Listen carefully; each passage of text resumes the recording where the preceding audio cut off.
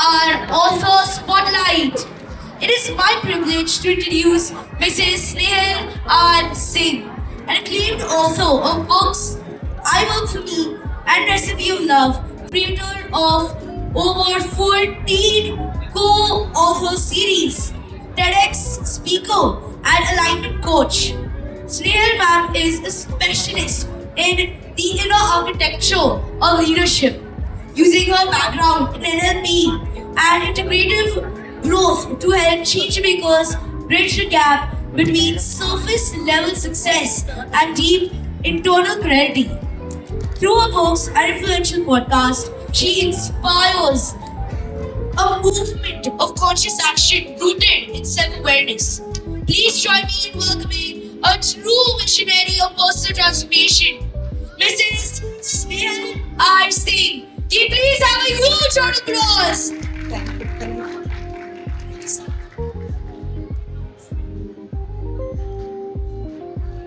Great.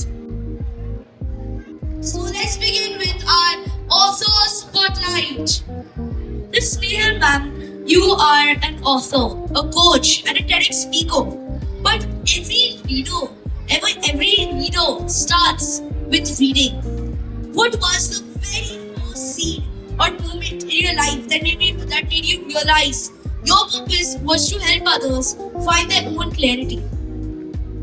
I think they all begin when we realize that we need clarity. And for me, that moment was when I was going through a lot of confusion. And, we live our life very busy doing all the tasks that we're supposed to do. And in that busyness, every box was getting ticked. But the feeling of emptiness still belonged and it was still there. So in that moment, I wouldn't say that there is always just one moment which defines your purpose. It is always multiple phases of your lives and multiple moments that help you realize where you're headed. I always say there are two types of people. One who always know what their purpose is from birth and then they go in that direction and nothing stops them. And then there are the second one who find purpose as life shows up challenges for them. And that's when they realize, okay, this is what I have learned. And I know there are many like me who would need the guidance, which I probably didn't get it in an easy way. And I think I belong to the second category where, the life showed me challenges and I decided to show up and at the same time understand what can I do to make sure that others who are at that stage do not face similar challenges. And that's where my journey began. And in that journey, I think books played a very important role because when I started working very young, so having education at the same time working wasn't something that came very easy and natural to me. I had to learn while I was earning, and therefore what helped me was books, because if I couldn't afford a leader, I could afford a book through which a leader spoke to me. And that was my journey, where I had mentors from a very young age who told me how to go about life, apart from academics and education. So I would say it is never one moment that defines it. Phases of life that tell you how to move ahead with your purpose. That's a wonderful journey, ma'am. You faced a lot of difficulties in your own journey and you didn't want to see other people suffering. So that's how your journey began. That's how you wanted to take a step forward to help all the people that you can possible. So it's a very good thing that you're doing, ma'am. Thank you. Was there any specific challenge in your journey that acted like the blueprint for the work you do today? I think yes, there is always a moment here where there's a question that arises in your mind. I think we all are always looking for answers. And for me, one of the questions, so if you see, I always say that my mission is to sow a seed of abundance and love in every heart that I meet. So what does that really mean? As you rightly said, when life hits you with a lot of challenges, you do wonder, how is it that I'm having it the hard way and others are having it the easy way? And that was my quest. Like, what is it that the riches do differently than someone like us who are middle class or low middle class? What is it, or how do they operate? And that became my quest in terms of understanding How does their mind really work? When they ask questions, what quality of questions do they ask to life? And what is their behavioral pattern? How do they react, or do they react, or do they respond to situations? And that observation to a certain extent became my journey of looking for answers. How to be abundant? How is it that they're making it easy, effortless, natural? And if they can make it, we all are humans, so I think I can do it too. And when I started cracking that code, I think there was a huge desire of, when we find the treasure, you always want to scream out and tell everyone, here I am and I have gotten this. So kind of from that perspective, I think I always felt anytime I found something which I felt is a gem or treasure, I always want to share it. And I think that's my journey too. What I learn, I want to share and help others learn it one step at a time. That's a wonderful belief that you have taken forward about how you question your surroundings, how you're so observant. These days, not many people focus about how do the other people do it. They only think about themselves. If anybody provides feedback, then they resist.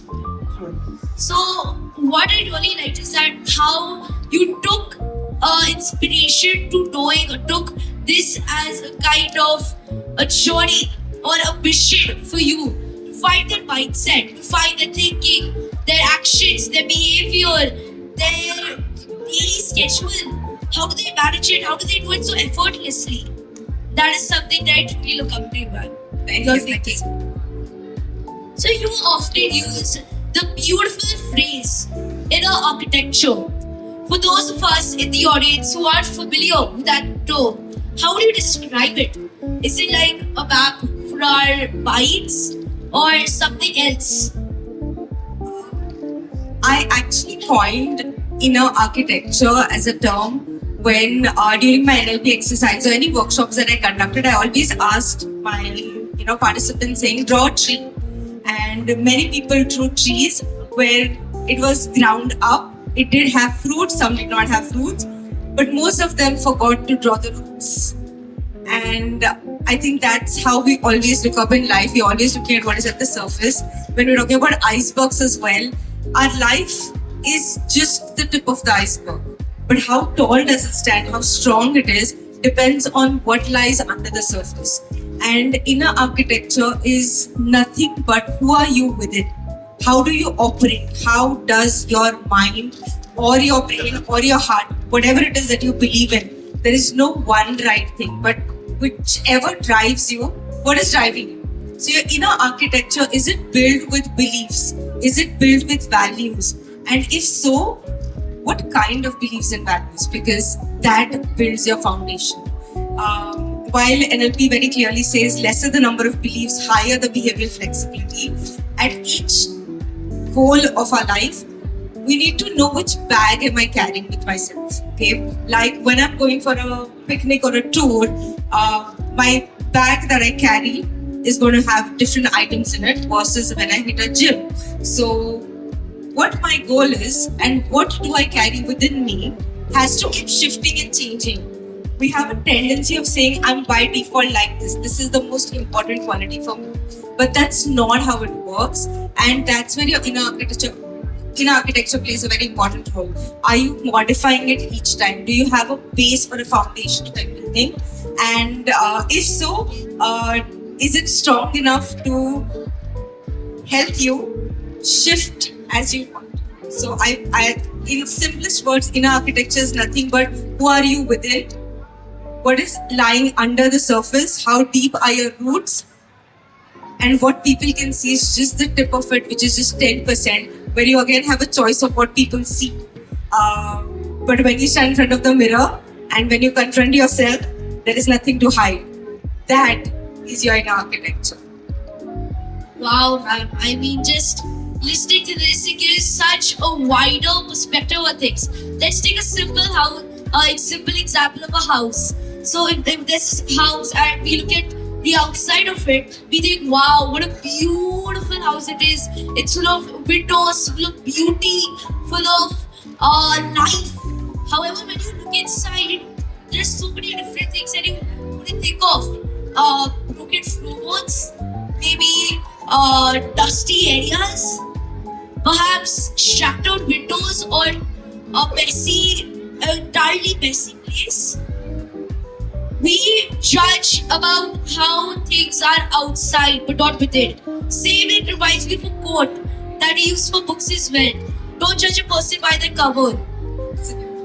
Or don't judge a book by its cover. So we often believe that a book with a great cover is amazing, it's the best.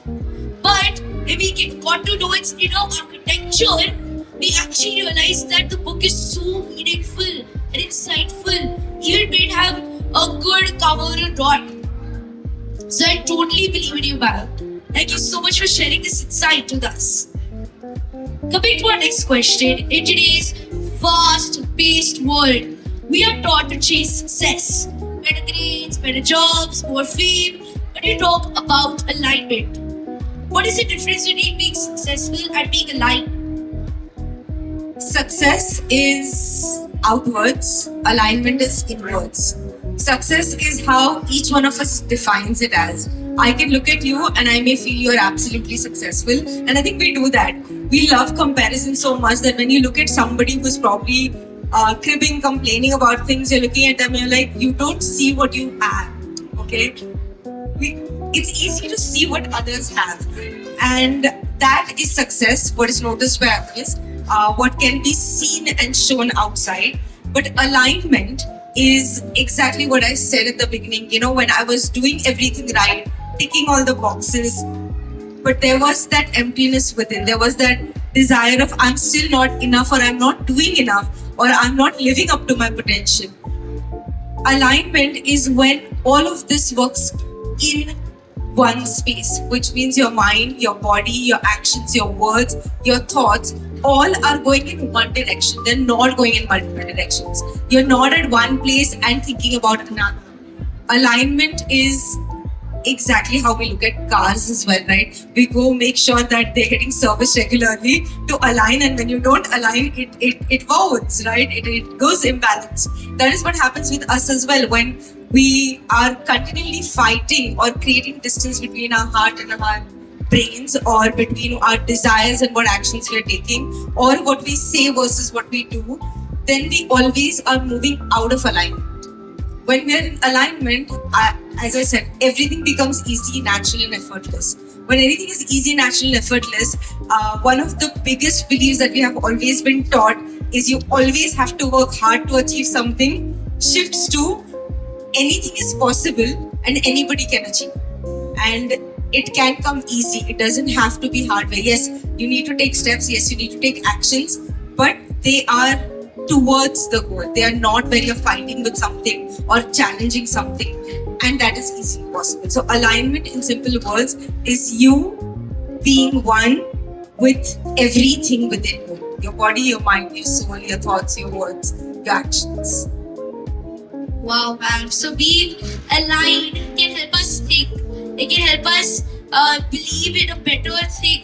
So we always think that like you rightly said, that if we really want to achieve something, you have to work hard.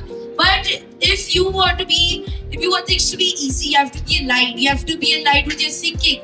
If you're aligned with your thinking, then only you can achieve.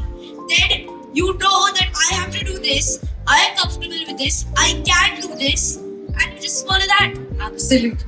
Wow, man. I mean, it's so inspiring to hear these kind of things. I mean, right now my gears are working thinking about different things.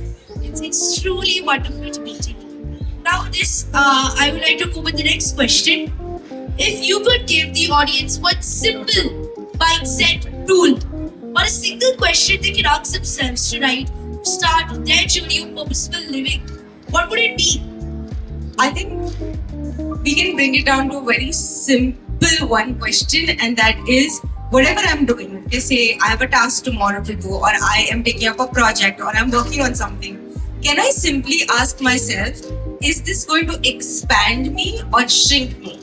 If it is shrinking you, which means you're not going to give your 100%. So one simple question before anything, that is this going to shrink me or expand my awareness, my consciousness? That gives the answer to everything else that you want to do. If it's a yes to expansion, it's a go. If it's going to shrink, it means it comes with a lot of adjustment, a lot of putting down your own light for others, and I don't think anybody should ever do that. So, shrinking or expanding. That's a wonderful tip for the people. I think expanding is a better choice because sometimes the things that you're not enjoying or not passionate about, we shrink in that. We are not able to understand, we're not able to follow it. However, if we are aligned, if we know about the inner interior, about the inner architecture, then we can know so many things about what we desire, about how we can do it. So when you're shrinking, you can only look at the goal. When you're expanding, you can look at the path. Absolutely. That is wonderful to talk to you back. I think everybody has learned a lot through this simple conversation about alignment, about interior, about the interior of our architecture. These kind of words, how they can impact us in our daily life. Take your blessings, ma'am. It's truly wonderful. Thank you so much for this. Thank you. Thank you so much, ma'am. Thank you so much, everyone, for having us here. I really hope that you all learned a lot through this conversation.